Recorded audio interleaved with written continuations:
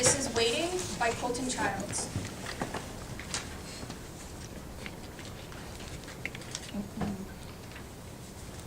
Present day in Sunrise Nursing Home. Doris is 84, weak but sharp as a tack. Susan is 42, the daughter of Doris, and Greg, 46, is the husband of Susan. Lights up on a confined room in an assisted living facility. Greg and Susan stand near a door. Doris stands by the bed, suitcase beside her. See, Mom, the room's not so bad. I didn't realize they had plasma screens in these rooms nowadays. See, Doris? Now you can watch your daytime soap operas in high definition. I'm old. I'm not deaf, you dumb twat. Really, Mom, is the name calling necessary?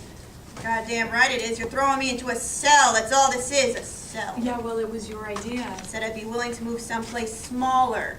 I need a smaller home, not someone to wipe my ass and feed me jokes. Mom, you know better than I do that this is our last option right now. The real estate market is really rough, so a place like Sunrise is stable. Stability is key, Doris. If you move here, you don't have to worry about signing any sort of lease on a house. Plus, it will probably be 10 or 20 years commitment anyway.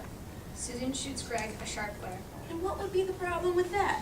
Yo, I didn't mean 20 years is a long time.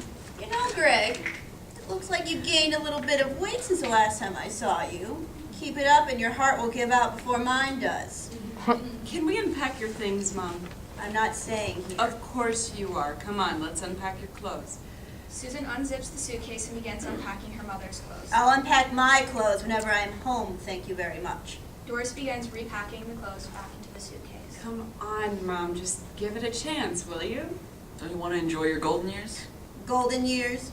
Was that in the brochure or something? What the hell are you talking about? Well, I think Susan is right. It won't hurt to just give it a chance. Seems like you would fit in here. What? Because of my age? You know, Greg, sometimes it seems like you're lacking brain activity. Maybe you're the one who would fit in around here. Mom, would you... You're making this difficult when it really shouldn't be at all. Of course I'm making it difficult. It's a joke. Look around. I have looked, Mother. I've done the research. Oh, you've done the research. I see. Would you live here? It doesn't matter, Mother. Greg and I have a home. That's not too far from here, so we can visit. I asked you a question. Would you live here? You know what? At your age, I think I would. I would find a sense of relaxation in knowing that it's somebody's job to map out my entire day. I would love to eat a lunch and a dinner that has been specially prepared for me. To know that the biggest stress of my day is to decide between Yahtzee and Scrabble. Sure, sign me up. Is that all you think my life is now? Just Yahtzee and Scrabble? Since when did I become such a vegetable? Jesus Christ, Mom, would you listen to yourself for 2 seconds? Nobody called you a vegetable. For once, can you just trust somebody else's judgment? No. For once, can you trust my judgment? God forbid I actually make a smart decision, although you certainly would never admit it. It's not your decision to make in the first place, Susan. Somebody had to make it. How dare you insult me like this? I spent 21 years raising you. 21 years of putting my life on hold to make sure you had one. You walked in here with Greg, who couldn't give 2 shits where I'm living, to wave goodbye to poor old Doris. When the sun goes down in your world, you get to go home, to your oversized house and to your children who love you. Hopefully enough to never put you in one of these cages. When the sun goes down in my world, all I have is myself. I was fine with that for 15 years after your father died, but I had our home, I had our memories. Now you try to move me into a cell and try to tell me to find relaxation in here. Who the hell do you think you are? I am your daughter, who loves you very much, and I know it may be hard to believe, but sometimes I know what's best for you. I want what is best for you. Don't give me that load of crap, Susan. You want me out of the picture. You want what will keep me quiet. If you haven't noticed, I don't plan on shutting up anytime soon. Now, if you don't mind, I'd like to get back to my real home, the one that doesn't smell like a morgue. Doris. What? Greg, do you have some sort of sentimental remark to add since you're so great at that? Mom, I'm afraid this is our only option right now. What do you mean? Take me home. This is home, Doris. You keep saying that. Why do you keep saying that? Susan, Take me home. Mom, maybe you should sit down. I can stand. I have 2 feet. What the hell is going on? Mom, we sold your house.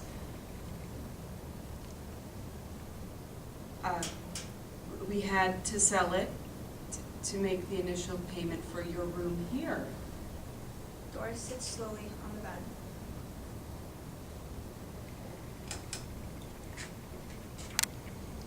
"21 years. And this is how you repay me. Mom, we got offered a deal we couldn't pass If your up. father could see you right now. Don't you dare bring Dad into this. So now it's just waiting, huh? Isn't that all it is? Wait on Doris to see how long she'll last until she withers Mom. away. Tick tock. Doris, I know this is a big step, but once you get situated and start to meet people, it'll feel like a new home to you. Greg is right, Mom. Here, let's hang some of your clothes in the closet. Susan unzips the suitcase and begins unpacking clothes. Doris grabs a shirt from Susan's hand and tears it before throwing the suitcase and clothes across the room. God damn it! Susan and Greg look at each other with shock. I'm still alive and kicking if you haven't noticed. If you think you can blindfold me and lock me in some institution, you've got another thing coming. Doris walks to the purse and pulls out a pile of envelopes. Mom, what are those? These are all the important documents I need. But, Mom, what is it you're looking for? You know, your daddy was always a thinker. Discovers envelope she was looking for. After he bought you and Greg that house, he decided to be smart and put another name on the deed. My name. I signed with him. Oh, Gregory. I guess you can't always be right. No, but he said I was on the... The house belongs to me.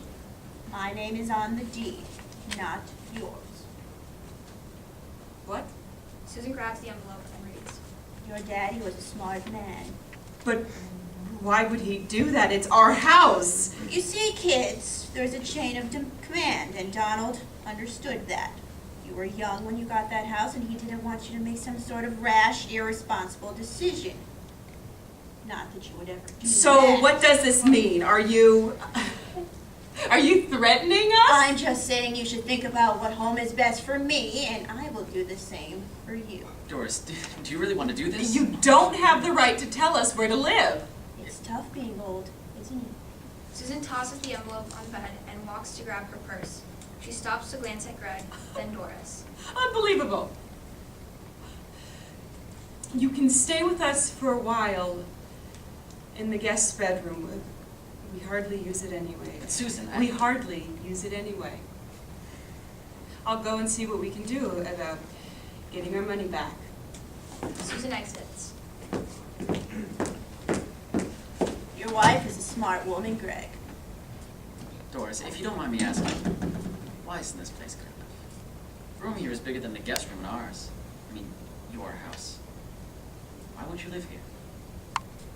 I hate Jello. Chain of command. See where Susan gets it.